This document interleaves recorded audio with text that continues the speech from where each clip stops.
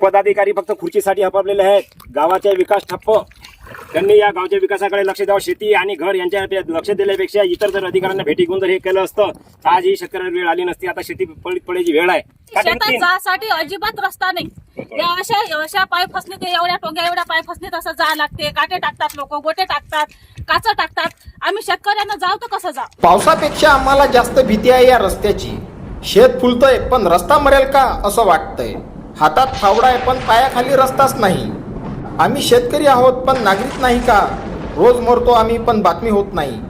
शेतकरी जेव्हा चिखलातून वाट काढतो तेव्हा तो केवळ आपल्या पोटासाठी नव्हे तर देशाचं पोषण करत असतो।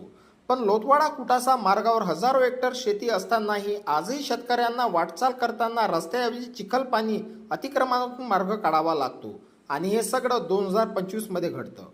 पावसाळ्यात या रस्त्याची अवस्था इतकी दयनीय होते की शेतकरी आणि शेतमजूर यांना जीवनाच्या रोजच्या लढाईत हा रस्ता एक मोठा शत्रू वाटू लागतो। त्यात भर म्हणजे काही स्वार्थी शेतकऱ्यांनी रस्त्यावरच अतिक्रमण करून पेरणी केल्याने आता या रस्त्याचे जाणे म्हणजे जीव धोक्यात घालणे झालं आहे।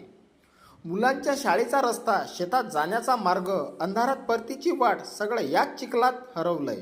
आणि वरून आमदार खासदार झाल्यानंतरही आम्ही त्यांच्यासाठी अदृश्य झालो का असा प्रश्न स्थानिक शेतकऱ्यांनी उपस्थित केले आहे। हा रस्ता फक्त मातीचा नाही, ही शेतकऱ्यांची घामाची वाट आहे। याच रस्त्याने त्यांनी पिकं नेली, बाजार गाठला, घर चालवलं आणि आज ह्याच रस्त्यावर अतिक्रमण, दुर्लक्ष आणि दुर्लक्षणाचं राजकारण उभं राहिलंय। तुम्हाला आमचा हा व्हिडिओ कसा वाटला नक्कीच आम्हाला कमेंट बॉक्समध्ये कळवा आणि जुळून राहा सह्याद्री माझा न्यूज करिता सूरज देशमुख, दर्यापूर। समस्या अशी आहे की शेतात जासाठी अजिबात रस्ता नाही।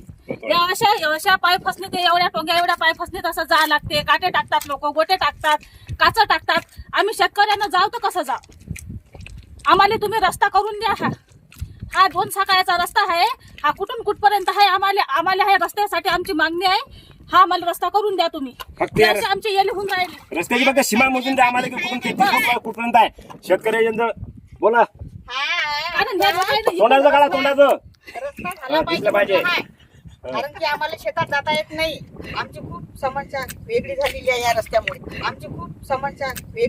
या रस्त्यामुळे शेतकऱ्यांची इच्छे फक्त या गावातले पदाधिकारी फक्त खुर्चीसाठी हपापलेले आहेत।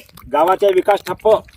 त्यांनी या गावच्या विकासाकडे लक्ष द्यावं। शेती आणि घर यांच्या लक्ष दिल्यापेक्षा इतर जर अधिकाऱ्यांना भेटी घेऊन जर हे केलं असतं तर आज ही शेतकऱ्याला वेळ आली नसती। आता शेती पडीत पडायची वेळ आहे। तरी संबंधित तहसीलदार साहेब किंवा जिल्हा परिषदेचे उपअभियंता साहेब यांनी हे तात्काळ याची दक्षता म्हणजे हे लवकर याची हे करून काळजी करून हा रस्ता मोकळा करावा। अन्यथा मी आता 4 दिवस झाले मी अर्ज दिलेलाच आहे। नाही तर 15 दिवसात 16व्या दिवशी इथंच या रस्त्याच्या मधोमध पेंडॉल टाकून आमरण उपोषण करीन। हा रस्ता बंद करील। मग होणाऱ्या परिणामास शासन आणि प्रशासन जबाबदार राहील। माझ्या जीविताचे मी पाणी पण एक थेंब पिणार नाही आणि जेवण पण करणार। जेवण तर ठीक आहे पण पाणी पण पिणार नाही। मला न्याय मिळाल्याशिवाय या जनतेला न्याय मिळाला पाहिजे। शासन प्रशासनाने याची दखल घ्यावी आणि शेतकऱ्यांना शेतमजुरांना लोतवाड्याच्या न्याय मिळून द्यावा। लोकप्रतिनिधी खासदार भाऊ बळवंत वानकडे असतील, गजानन भाऊ लवटे असतील आमदार यांनी पण याची दखल घ्यावी की हे काय हाल आहेत।